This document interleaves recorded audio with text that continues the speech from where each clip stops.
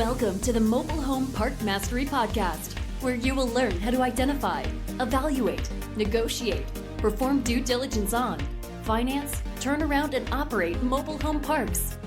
And now, here is your host, the fifth largest mobile home park owner in the United States, Frank Rolfe. People living in a school bus.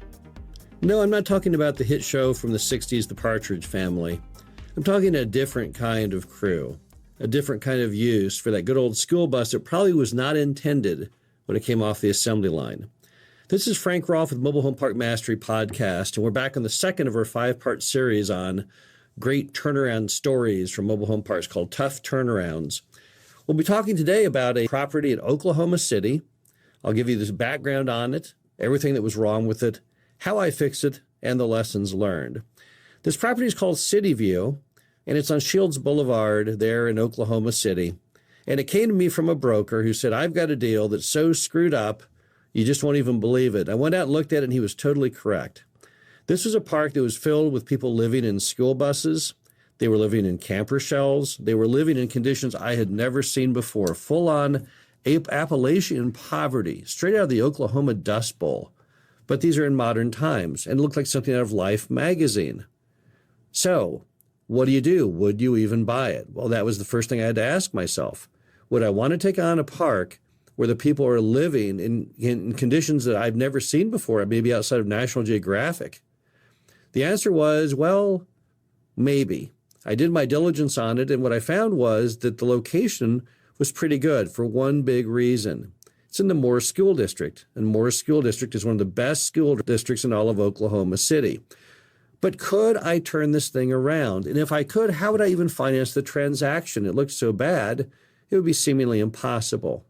However, the good news is, since it was such a terrible-looking property in such poor condition, I was able to convince the seller to carry the financing, and I mean carry it big time with a very, very small amount down. So with the financing in hand from the seller, the location being stellar, I thought, okay, I'll give this a shot. I think I can tame this beast. And so I began. First thing I did is I walked through the park trying to determine who was salvageable and who was not. I came upon one family of 4 living in the pop-up shell of a pickup truck sitting on cinder blocks. So they did not even have a pickup truck. They just had that camper shell thing that you see in a pickup truck. A full family of 4.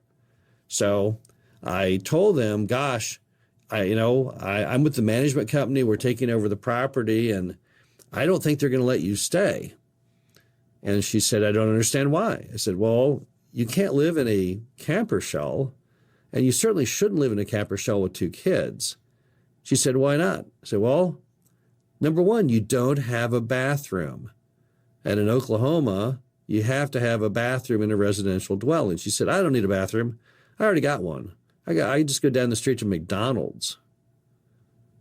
I thought, okay, kind of a strange concept. I said, well, what about the fact that under Oklahoma law, you have to have a bathtub or a shower or a sink? I got that too. Where do you got that? I got that out of McDonald's.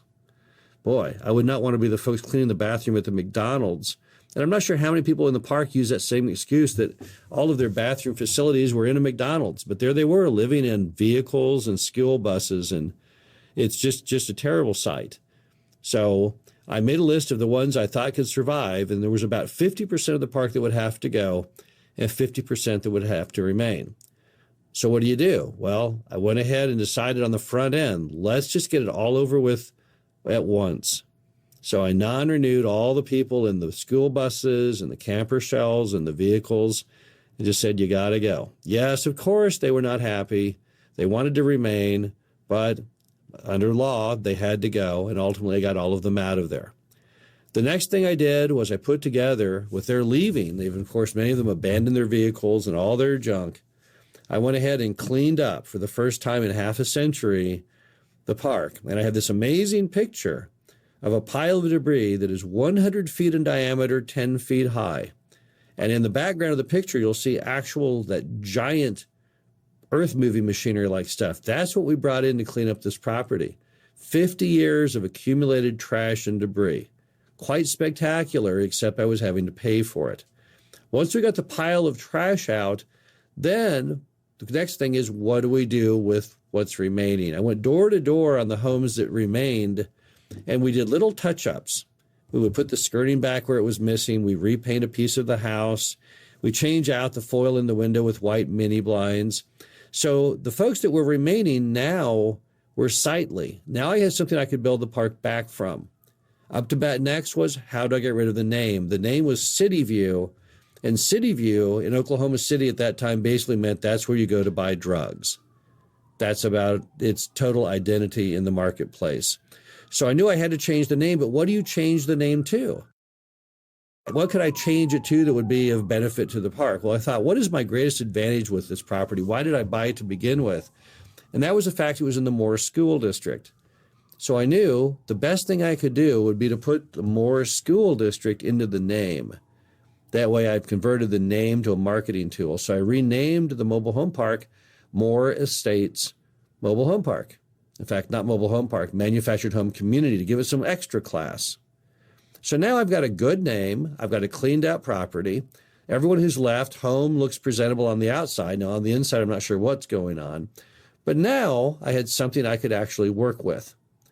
So then what do I do next? Well, the former mom and pop owner had not properly spaced the lots. He had homes that were too close to each other. When I started ripping out all the old junk in the school buses, I realized what I needed to do next was I needed to actually re-space the park. So if I was going to bring in homes, I could not put them back exactly where they had gone before because they were all jabberwocky at different angles. And in many cases, you had two school buses that were only a few feet from each other, and that would never fly with the fire marshal. So I re-spaced my lots. So now I'm ready to actually start bringing in homes. And at this point, because I cleaned up the park and changed the name and changed the demeanor, and now it's a very clean and sightly place to live with an all-new fence and an all-new proud entry sign, I get a huge break. That huge break is that they announced they're going to shut down a park a couple blocks from me to build a Lowe's. So what happens? I rush over to the park. I give everyone flyers saying I really would like you to come out to Moore Estates. I will help pay part of the cost of the move. Please come to my park. And lo and behold, I ended up with about 30 people, 30 mobile homes from that park that was being demolished, moved into good old Moore Estates. And that really helped enormously. That took the park from being at half occupancy or worse going in to being nearly stabilized occupancy. And that really was what I was waiting for. After I got that done, I continued raising the rents. I continued doing all the things you need to do to stabilize the financials. And then I sold the property off. So what were my lessons learned from this tough turnaround, from this giant pile of debris, from people living in school buses? Number one, location, location, location. What made this turnaround possible was the fact that I was in the Moore schools. Had I not been in a favorable school district, I don't think I would have bought it. You know, people really, really like school districts. It's one of the misconceptions of a lot of people entering the industry. They think, oh, they're trailer park people. What do they know? What do they care? They care a lot. They have the same hope and desire for their kids as you do. And they want the kids to go to a good school and then later go on to college and have a nice career. Secondly, everyone has learned that school districts, particularly good school districts, are a precursor to generally charming quality of life. I've never seen a situation where there was a good school district in an area that had high crime or low pride of ownership.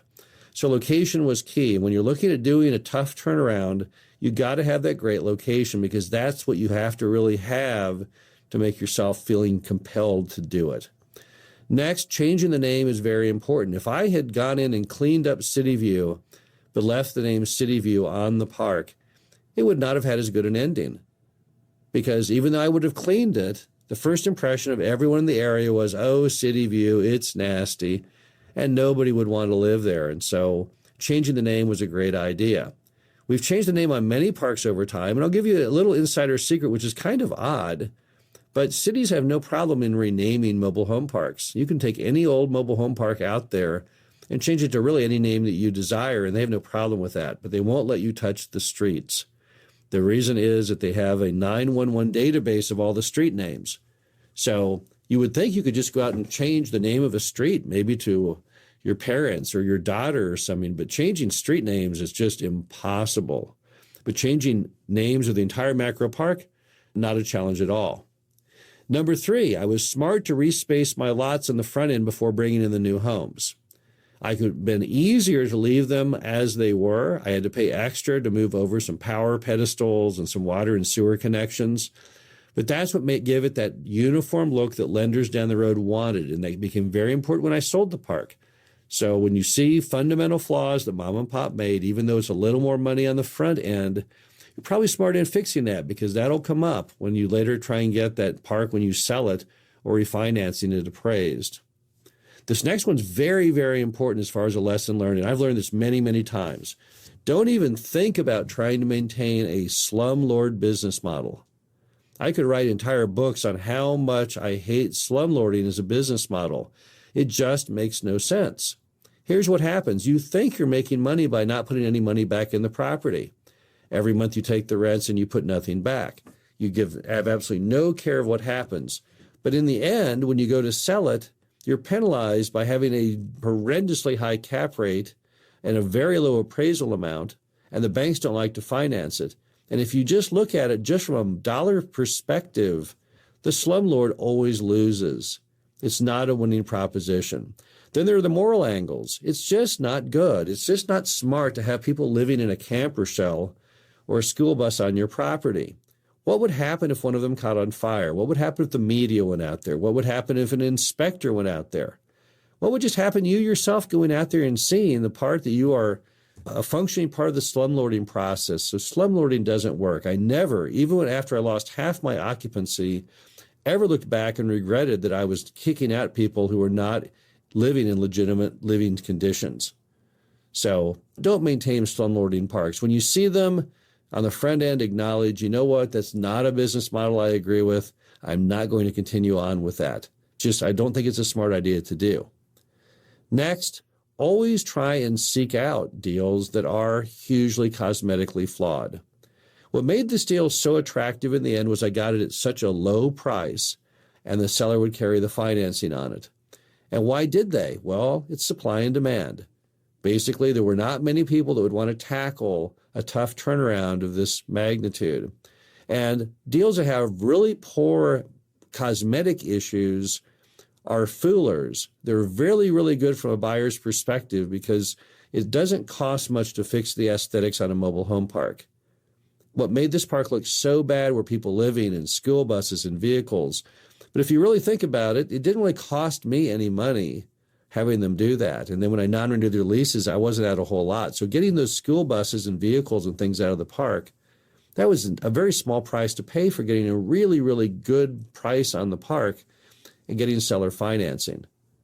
Now, it's very important to also note there are some things out there that are very expensive to fix and some things that are not. In this case, what I was fixing was not really capital intensive. The park had pretty good roads. Water and sewer was pretty decent. The power system was fine.